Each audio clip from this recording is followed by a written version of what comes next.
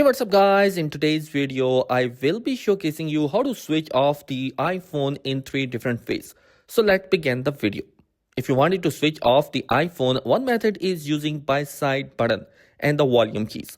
So press and hold the side button and the volume up button together for a few seconds and you will get to this page.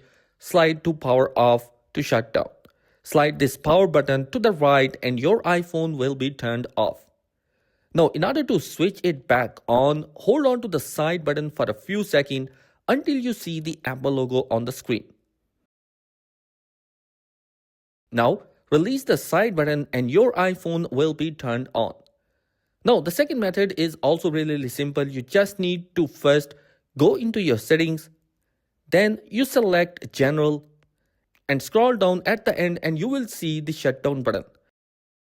Tap on that and on this page, slide this power icon to the right and it will be turned off. The third method is also very simple. You just need to slide from the top right corner and you will see a power button in here. Just press and hold that power button for a few seconds and then release it.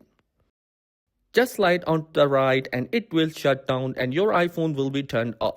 So guys, that is it in this particular video. If this video has helped you out in some way, do consider subscribing my channel because some amazing content is planned for this year.